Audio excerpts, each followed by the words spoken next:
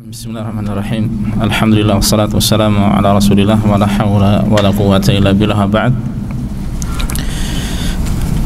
Allahumma anfa'na bima 'allamtana wa 'allimna ma yanfa'una wa zidna ilma.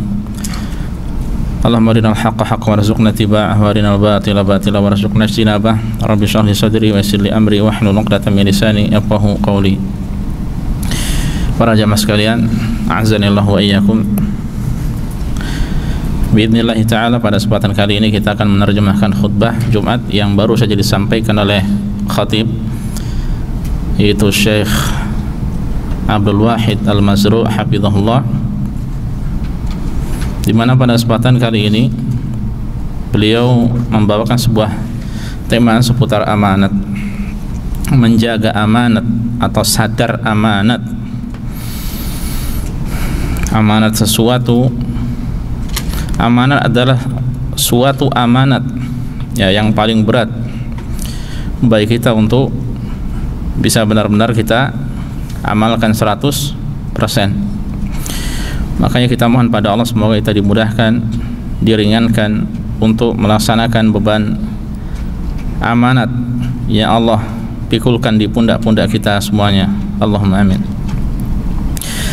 Khatib pada kesempatan kali ini sebagaimana biasa, setelah memulai pujian pada Allah Subhanahu wa taala dan salawat atas Rasul sallallahu alaihi wasallam,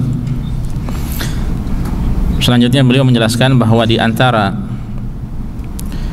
sesuatu yang Allah titipkan pada hamba yang paling besar adalah amanat, di mana amanat ini telah Allah tawarkan kepada langit dan bumi, kepada gunung untuk memikulnya, namun mereka semuanya enggan. Namun ternyata kemudian yang berani mengambil untuk memikulnya adalah manusia ya. Dan manusia sebagaimana kita ketahui di antara sifatnya adalah banyak berbuat zalim, demikian pula bodoh, padahal sesuatu yang sangat berat sekali. Maka itu Nabi SAW di dalam sebuah hadisnya berlindung kepada lawan dari amanat. Apa itu? Khianat ya. Beliau mengatakan, a'udzubika minal khianah, ya Allah, aku memohon perlindungan padamu dari khianat. Fa innaha bi'satil bitanah ya, karena khianat itu adalah seburuk-buruk teman dekat. Makanya menjaga beban tanggung jawab yang diamanatkan pada kita ya, tanggung jawab yang bersifat umum, atau demikian pula harta umum ya, apa saja, demikian pula mencakup apa saja, itu adalah amanat yang besar. Orang-orang yang memangku jabatan, kita-kita yang bekerja di kantor, di perusahaan atau di suatu tempat, di sekolah, di kampus dan sebagainya, masing-masing memiliki tanggung jawab dan masing-masing memiliki amanat. Oleh karenanya nasihat dari khatib, ketika seseorang mengemban suatu amanat ya, hendaknya dia memperhatikan pertama benar-benar bertakwa pada Allah Subhanahu wa taala ya, benar-benar bertakwa pada Allah Subhanahu wa taala, terkhusus untuk masalah amanat tersebut. Hal-hal yang berkaitan dengan masalah amanat silahkan dia laksanakan, dia lakukan, dia tunaikan. Adapun hal-hal yang menjadi lawannya yaitu khianat, dia harus berusaha untuk menjauhkan diri darinya. Kemudian yang kedua, hendaknya dia berhati-hati, jangan berlebihan ketika memanfaatkan amanat tersebut, tidak berlebih-lebihan. Kemudian yang ketiga, tidak boleh baginya juga untuk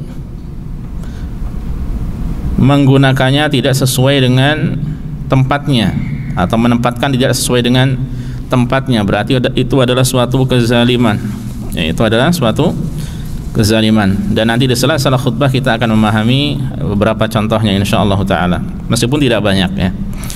Kemudian juga ya, dia tidak boleh melampaui batas dalam menggunakannya dengan alasan untuk memanfaatkan jabatan, memanfaatkan tanggung jawab yang dia bebankan pada dirinya. Ini kekeliruan ya.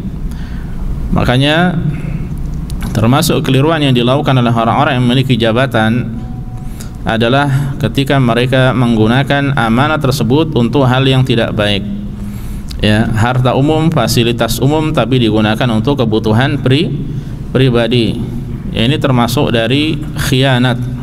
Ini termasuk dari khianat dan tidak termasuk dari amanat, kecuali kalau memang hal-hal yang dimaklumi bersama dan itu bersifat sewajarnya, seperlunya. Kalau bisa dijauhi 100%, maka itu adalah hal yang baik, ya. Contoh mudahnya, ringannya, pena yang memang itu adalah pemberian dari kantor, maksudnya yang disiapkan oleh kantor untuk kebutuhan kantor, jangan dia gunakan untuk kebutuhan selain kebutuhan kantor, ya.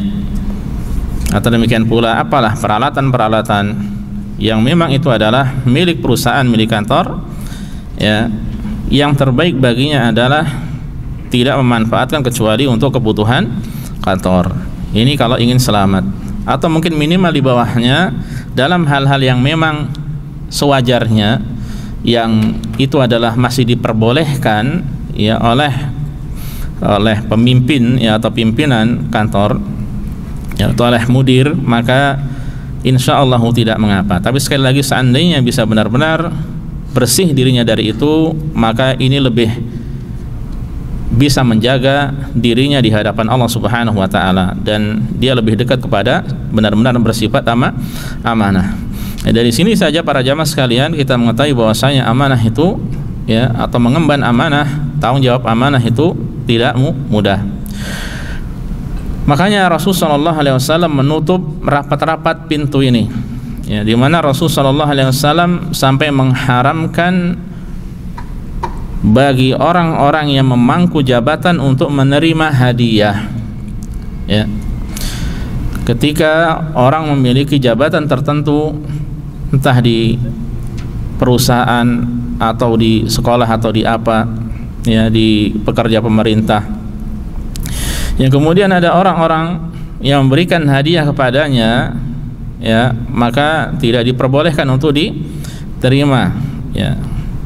Di mana hadiah tersebut tak lain karena dia memiliki apa? Jabatan. Seandainya dia di rumah dan tidak memiliki jabatan tertentu atau jabatan tersebut, niscaya orang-orang tidak akan datang padanya untuk memberikan apa? Hadiah, ya. Dan itu bisa berbahaya untuk dirinya, ya. Makanya ketika Rasulullah SAW perintahkan atau tugaskan seorang sahabat untuk mengurusi harta zakat, ya, kemudian ternyata orang-orang yang diambil zakatnya itu memberikan hadiah untuknya, yang memberikan hadiah untuknya. Orang ini tadi ditugasi oleh Rasulullah SAW mengurusi masalah zakat, ya. Kemudian dia diberikan hadiah. Makanya ketika laporan pada Rasulullah SAW dikatakan ini adalah harta zakat, adapun ini adalah hadiah yang diberikan untukku. Ya, kemudian mendengar hal tersebut Rasulullah SAW marah, ya. Beliau tidak suka dan mengatakan, fahalla jalasa fi baiti abihi atau baiti ummihi fayanzur yuhdalhu amla, ya. Coba sekiranya dia duduk di rumahnya, ya, dia duduk di rumahnya, di rumah ayahnya atau di rumah ibunya, lalu dia tunggu kira-kira apakah orang-orang itu datang padanya untuk memberikan hadiah atau tidak, ya. Hadis ini sahih riwayat Bukhari. Nah, ini menunjukkan para jamaah sekalian azanillah wa iyyakum, orang-orang itu memberikan hadiah karena apa? Karena utusan ini, ya, memiliki tugas tertentu atau memiliki jabatan tertentu. Ya, ini bisa berbahaya. Bisa membuka juga pintu apa? Rishwah, suap menyuap. Makanya hadiah seperti ini diharamkan, ya. Khatib menjelaskan bahwasanya harta umum, ya, ini wajib dijaga, tidak boleh diambil dengan alasan apapun, ya. Makanya Allah Subhanahu wa taala berfirman, ya, tidak boleh kecuali kalau memang alasannya syar'i, ya. Maka itu Allah Subhanahu wa taala berfirman di dalam surat Ali Imran ayat 161, wa may yaghlul, atau dari awal, maka nali nabiyyin an yaghul, dan tidak mungkin seorang nabi itu melakukan ghulul, ya, berkhianat. Terkhusus, ya, asal dari ghulul ini adalah mengambil atau mencuri harta rampasan perang. Harta rampasan perang itu milik siapa para jamaah? Milik umum kaum muslimin. Ada pembagiannya khusus, ya. Ada pembagian khusus di situ untuk siapa saja. Ya, ketika sebelum dibagi ada yang mengambil, itu termasuk apa? Tidak menjaga khianat, tidak menjaga amanat. Berarti apa? Berkhianat. Nah, itu bagian dari berkhianat. Ya, tidak mungkin seorang nabi itu melakukan khianat. Ya, kemudian Allah melanjutkan, "Wa may yaghlul ya'ti bima ghalla yaumal qiyamah." Barang siapa yang berkhianat, niscaya pada hari kiamat dia akan datang membawa apa yang dikhianatkannya itu. Ya, dia akan membawa nanti. Ya, harta yang diambil itu akan datang pada hari kiamat, dia bawa. Tsumman tuwaffa kullu nafsin ma kasabat wa hum la yudhlamun. Kemudian setiap orang akan diberi balasan yang sempurna sesuai dengan apa yang dilakukan dan mereka tidak dizalimi. Ya, mereka tidak akan dizalimi. Ya, masing-masing yang mengambil itu nanti akan didatangkan padanya pada hari kiamat. Dan Rasulullah SAW berlepas diri dari orang yang seperti itu. Ya, beliau tidak bisa membela. Makanya sebelum datang hari pembalasan, ya, kita jaga diri kita benar-benar, ya. Nah, kemudian khatib melanjutkan membawakan sebuah hadis yang diriwayatkan oleh Al-Bukhari dan Muslim dari sahabat mulia Abu Hurairah radhiyallahu taala anhu, hadis yang sedikit panjang. Abu Hurairah menceritakan, ya, pernah Rasul sallallahu alaihi wasallam di suatu hari itu berdiri di hadapan kami. Kemudian beliau tiba-tiba membahas masalah al-ghulul tadi, khianat, ya. Khianat, mengambil harta umum untuk kepentingan pribadi, atau mengambil harta rampasan perang yang semestinya ada pembagian khusus untuk orang-orang tertentu, ya, dia ambil, ditilep, ya, dicuri. Nah, kemudian beliau menjelaskan akan besarnya masalah ini, ya, akan besarnya urusan ini. Kemudian beliau bersabda, la ulfiyanna ahadakum yaji'u yaumal qiyamati ala raqabatihi ba'irun lahu rugha. Ya, hendaknya jangan sampai aku mendapati seorang dari kalian nanti datang pada hari kiamat sementara di lehernya itu ada ba'ir, unta yang bersuara, ya. Kemudian dia berkata, ya Rasulullah, wahai Rasulullah, aghithni, tolonglah aku. Fa'aqulu, lalu kemudian aku berkata padanya, la amliku laka syai'a, ya, aku tidak bisa memberikan kepadamu sesuatu pun, ya.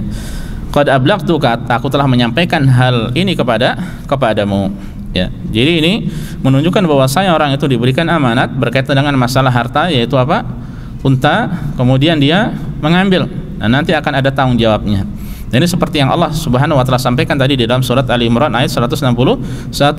Ya, wa may yaghlul ya'ti bima ghalla yaumal qiyamah. Siapa yang berkhianat mengambil harta, ya, karena khianat, maka dia akan datang membawanya nanti pada hari kiamat. Nah, ini contoh yang pertama yang disampaikan oleh Rasulullah SAW adalah unta. Kemudian beliau melanjutkan, la ulfiyanna ahadakum yaji'u yaumal qiyamati ala raqabatihi farasun lahu hamhamah. Jangan sampai aku mendapati seorang dari kalian yang datang pada hari kiamat sementara di lehernya itu ada kuda yang bersuara dengan suaranya, ringkikannya, ya.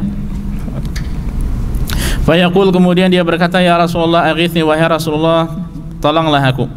Fa'aqul, lalu aku jawab, la amliku laka syai'a, aku tidak memiliki apa-apa untukmu, ya. Qad ablagtuka, sungguh aku telah menyampaikan hal ini kepadamu. Ini yang kedua, yang diambil adalah apa? Kuda. Kemudian la ulfiyanna ahadakum yaji'u yaumal qiyamati ala raqabatihi syatun lahu thughaun. Jangan sampai aku dapatkan seorang dari kalian datang nanti pada hari kiamat sementara di lehernya itu ada sapi, ada kambing, syat, ya, kambing dengan suaranya, dengan kambing yang berembik, ya.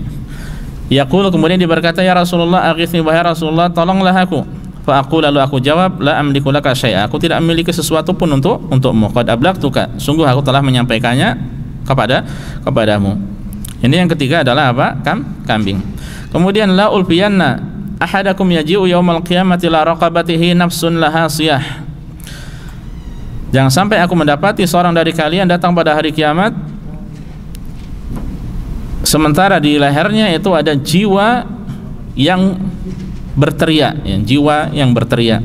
Fayaqul, kemudian dia berkata, ya Rasulullah aghithni, ya, tolonglah aku. Fa'aqul, lalu aku jawab, la amliku laka syai'a, aku tidak memiliki untukmu sesuatu apapun, Ya, beliau pun tidak bisa membela. Qad ablaqtuka, sungguh aku telah menyampaikan hal ini kepadamu. Beliau lanjutkan lagi, la ulfiyanna ahadakum yaji'u yaumal qiyamati ala raqabatihi riqa'un takhbiqu. Nah, jangan sampai aku mendapatkan seorang dari kalian datang nanti pada hari kiamat sementara di lehernya itu ada kain, ya, yang kain itu apa? Berkibar-kibar, bergerak-gerak, ya. Intinya kain. Dia berarti mengambil apa? Ghulul atau khianat ini dalam hal kain berupa pakaian, baju atau semacamnya.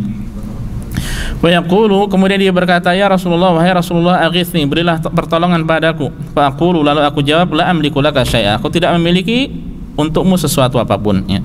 Qad ablaqtuka, sungguh aku telah menyampaikan hal ini kepadamu. Kemudian beliau juga melanjutkan yang terakhir, la ulfiyanna ahadakum yaji'u yaumal qiyamati ala raqabatihi shamit. Ya, jangan sampai aku mendapati seorang dari kalian datang nanti pada hari kiamat sementara di lehernya ada harta, entah itu emas atau perak, ya. Fa yaqulu, lalu dia berkata, ya Rasulullah, wahai Rasulullah, aghithni, tolonglah aku. Fa aqulu, lalu aku jawab, la amliku laka syai'a, aku tidak memiliki sesuatu apapun untukmu. Qad ablaqtuka, sungguh aku telah menyampaikan hal ini kepadamu. Nah, hadis ini sahih riwayat Muslim. Semuanya ini menunjukkan bahwa siapa saja yang melakukan khianat, yang mengambil sesuatu yang tidak halal baginya, itu adalah milik umum, fasilitas umum, punya pemerintah, punya perusahaan, punya kampusnya, punya sekolahnya, lalu dia manfaatkan untuk keperluan pribadi, ya, maka dia akan membawanya nanti kelak pada hari kiamat. Ikhwas sekalian azanillahu wa iyyakum. Kemudian juga Khatib membawakan sebuah riwayat dari Abdullah ibnu Abbas dan Ibnu Umar radhiyallahu taala anhum yang diriwayatkan oleh Imam Muslim dan yang lainnya, yaitu pada peperangan Khaybar, ya, pada hari perang Khaybar. Perang Khaybar tahun ke-7 Hijriyah melawan orang-orang Yahudi Khaybar, ya. Kemudian sebagian sahabat Rasul sallallahu alaihi wasallam, sekumpulan sahabat Rasul itu menghadap kepada Rasulullah, ya, datang. Lalu mereka berkata, fulan syahid, fulan syahid, fulan mati syahid, fulan mati syahid, fulan mati syahid, fulan mati syahid, ya. Kemudian mereka melewati seseorang dan orang tersebut, yang berkaitan dengan orang tersebut, mereka berkata fulan syahid, fulan ini juga mati syahid. Ya, mendengar hal itu Rasulullah SAW mengatakan, kalla, sekali-kali tidak, walladzi nafsi biyadih, demi zat yang jiwaku berada di tangannya, ini ra'aituhu finnar fi burdatin ghallaha, sesungguhnya aku benar-benar melihatnya di dalam neraka. Karena sebab apa? Burdah, ya, burdah itu semacam pakaian, ya, atau kain atau selendang itu, ya, ghallaha, yang dia curi, dia ambil, aw aba'atin ghallaha, atau abayah atau abaah, itu kain yang atau pakaian luar yang dia ambil, ya, yang dia curi. Nah, ini pada peperangan, pada momen yang sangat besar, ibadah yang begitu tinggi, puncak kejayaan Islam digapai dengan apa? Jihad fisabilillah, ya. Tapi pada kesempatan itu dia mengambil, ya, mengambil harta yang belum dibagikan, yang semestinya itu masih milik umum, belum milik pribadi, ya, meskipun itu adalah hanya kain saja, ya, entah itu kalau sekarang mungkin jaket atau thawb atau apa, ya, belum menjadi hak pribadi miliknya, ya, yang kemudian Rasul mengatakan bahwasanya orang tersebut di dalam neraka, padahal orang-orang mengatakan bahwasanya si fulan ini mati syahid, ya. Kemudian Rasulullah SAW mengatakan, ya Ibnul Khattab, wahai Ibnul Khattab, yaitu Umar, idhhab fanadi finnas annahu la yadkhulul jannah ilal mu'minun, ya, pergilah engkau dan seru di tengah manusia bahwasanya tidak akan masuk surga kecuali orang-orang yang beriman, ya. Nah, ini tentu juga ancaman yang keras bagi siapa saja melakukan ghulul. Selanjutnya, para jamaah azanillahu wa iyyakum, Khatib menjelaskan tentang harta umum, ya, demikian pula menjaganya, ya. Ini tidak mencakup, bukan hanya mencakup uang, apa kita katakan, uang saja, tidak, ya, tapi juga benda-benda, ya. Maksudnya ketika kita diamanati, amanat itu bukan hanya berupa uang saja, tapi termasuk benda-benda dan barang, ya, yang ada di kantor, yang ada di sekolah, yang ada di pemerintahan atau swasta, Nah, itu semuanya tercakupi, ya. Makanya tidak sepatutnya bagi orang yang Allah berikan kekuasaan kemudian, ya, dia memanfaatkannya untuk kebutuhan pribadi, untuk keperluan pribadi, ya, untuk keperluan pribadi. Ini tidak sepatutnya, tidak boleh, ya, tanpa ada alasan syar'i, ya. Nah, beliau kemudian mencontohkan seperti mengenakan kendaraan atau fasilitas-fasilitas yang itu hakikatnya bukan miliknya tapi digunakan untuk keperluan pribadi, seakan-akan itu mubah baginya, ya. Ingat tadi sudah kita sampaikan, memang seandainya memang sudah ada rambu-rambunya dijelaskan bahwa saya untuk kepentingan ini itu boleh, silakan, tidak mengapa. Tapi kalau selain itu tidak boleh, maka kita atau orang tersebut yang diberikan amanah hendaknya dia jaga, ya. Tidak boleh berlebihan, ya. Tidak boleh berlebihan, tidak boleh melampaui batas. Jangan sampai, dulu ada seorang di antara antum, siapa yang cerita dulu, dari salah satu negara lah, kita tidak sebutkan, ya, salah satu negara di benua Afrika, dia mencuri barang, ya, mencuri benda di kantor, didatangkan, dipanggil mudir, ya, atau si penanggung jawab, disumpah-sumpahi, wallah Allah saya tidak mencuri. Diperlihatkan CCTV, hehe, males. Setelah lihat CCTV, hehe, males. Bersumpah dengan nama Allah, ya. Setelah ketahuan lewat CCTV ada rekamannya, hehe, males. Ini apaan ini seperti ini, ya.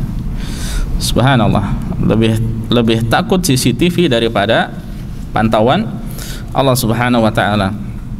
Padahal CCTV terbatas, pantauan Allah itu tidak terbatas, ya. Makanya di antara ibadah hati yang begitu tinggi tingkatannya di dalam Islam apa? Muraqabatullah, ya, selalu atau senantiasa merasa diawasi oleh Allah. Dan ini yang menjadi PR berat bagi kita semuanya, ya. Benar-benar merasa diawasi oleh Allah dimanapun kita berada. Dan di akhir khutbahnya, di akhir khutbah beliau, ya, khatib memberikan beberapa gambaran melampaui batas atau menggunakan harta umum atau fasilitas umum, ya. Saya ulangi, beliau menyampaikan beberapa gambaran melampaui batas dalam menggunakan harta umum atau fasilitas umum, ya. Beliau tidak menyebutkan banyak, ya. Di antaranya seperti teledor atau kurang memperhatikan maintenance atau perawatan, ya, perawatan gedung itu kurang diperhatikan, atau peralatan alat-alat atau barang-barang tertentu, ya, yang masing-masing itu biasanya perusahaan atau kampus atau sekolah itu sudah punya catatan bahwasanya fasilitas ini, ya, itu umurnya sekian tahun, ya tidak, komputer ini sekian tahun, meja ini sekian tahun, papan tulis ini sekian tahun, ya, kendaraan ini sekian tahun, ya, kemudian waktu AC juga ini sekian tahun, masing-masing ada perawatannya. Nah, orang yang diserai tanggung jawab kemudian tidak menjalankan tanggung jawabnya, ya, termasuk apa ini? Khianat, ya. Dia dikasih amanat tapi tidak melaksanakannya, ini termasuk khianat, ya. Jangan sampai kelewat batas. Seandainya kelewat batas, ini bisa menyebabkan bisa rusak, ya, ya, yang butuh perawatan, entah itu AC atau mesin atau apa, ya, kendaraan. Jangan sampai melampaui batas. Jangan sampai seperti para wanita yang pakai sepeda motor tanpa ganti olinya sampai tidak ada apanya, meskipun hanya satu tetes saja, ya. Karena mereka mengatakan bisa jadi laki-laki itu kena syubhat, ya. Kena syubhat apa? Dikit-dikit ganti oli, padahal itu dimanfaatkan oleh perusahaan gitu, ya. Itu syubhat mereka. Ya, tidak benar, ya.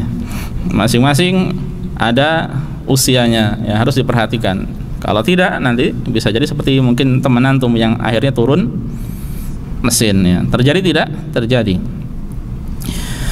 ya. Kalau sudah rusak, maka ini membutuhkan harta yang tidak sedikit untuk perawatan, ya. Atau kalau tidak segera ditangani, ya, dibiarkan begitu saja, maka ini bisa mengonsumsi atau membutuhkan biaya yang tidak sedikit, ya, bahkan di luar batas yang telah disediakan oleh perusahaan atau oleh kantor. Ini diantaranya. Jadi siapa yang diberikan tanggung jawab ini, maka dia jaga, dipegang. Kemudian juga dicontohkan juga untuk hal-hal yang ringan, ya. Tapi ini adalah termasuk salah satu dari apa? Salah satu dari amanat yang harus dijaga. Seperti kurang perhatian berkaitan dengan masalah menyalakan atau mematikan AC, ya. Atau demikian pula penerangan lampu, ya. Tidak ada orang di dalamnya tapi tetap dinyalakan, ya. Atau mungkin hanya 1-2 orang digunakan AC yang AC pusat, mungkin yang biayanya tidak sedikit, ya. Atau demikian pula ketika hendak pulang ke rumah lampu tetap dinyalakan, padahal itu sampai berjam-jam. Ya, semestinya apa? Ini termasuk diperhatikan juga. Atau demikian pula termasuk kita dalam masalah wudu, ya. Dalam masalah wudu, Rasulullah SAW menjelaskan wudu itu dengan apa? Sederhana, dengan hemat. Meskipun seorang itu wudunya di laut, meskipun seorang wudunya di sungai, tetap dia berusaha untuk hemat. Bukan dihambur-hamburkan seperti mandi, tidak diperbolehkan, ya. Nah, kalau hal-hal seperti ini tidak diperhatikan, maka ini bisa menjadikan anggaran, ya, anggaran pengeluaran di kantor tersebut atau perusahaan tertentu ini bisa naik, ya, bisa tinggi, ya. Atau demikian pula bisa jadi benda-benda tersebut ya akan cepat habis. Ini neon, ya. Ini lampu apa namanya? Neon, ya. Ini LED. LED itu ada usianya nggak? Ada juga, ya. Berapa kali gitu kan? Berapa jam? Atau demikian pula neon juga ada usianya.